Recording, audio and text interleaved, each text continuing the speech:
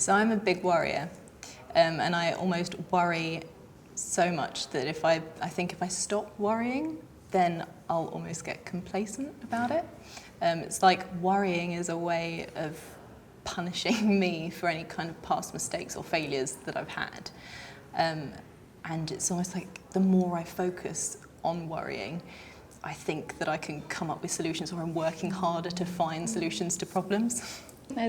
I used to be completely like that, just really kind of obsessive worrying, thinking that I had to find perfect solutions, and if I could just overthink it enough, then I would find that one perfect solution.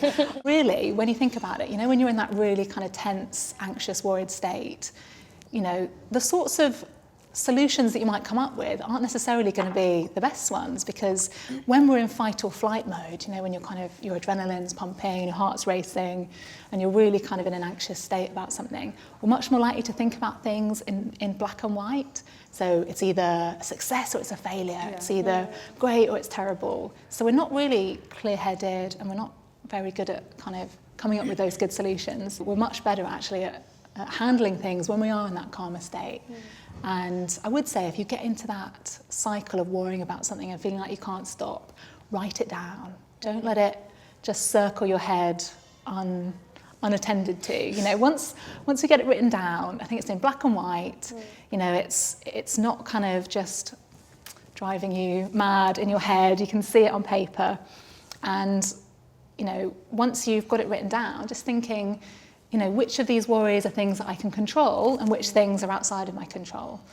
And, you know, I think just getting it written down can help you to get that clarity. So the things that you do have some control over, thinking about, is there any action you can take? So is there anything that you can do now to try to sort of take some action on that thing that you're worrying about? So whether it's making a really tiny start on that, you know, presentation that you've been putting off, or making that call to tell someone something that you've been kind of putting off telling them, just any kind of action. And then if you can't take any action, if it's one of those worries that are outside of your control, which so many of them are, they're kind of these what ifs, what if this happens, what if I can't cope with that?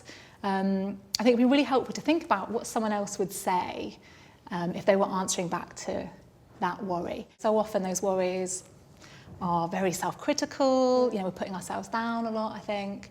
And if you can put yourself in your best friend's shoes, because it's amazing, isn't it, when we think about our friends, you know, we can see all the amazing things about them, we can see how great they are, we can see we're so proud of them and all the things they're doing. But when it comes to ourselves, you know, we put ourselves down and we can't see the wonderful things about ourselves that our friends can see.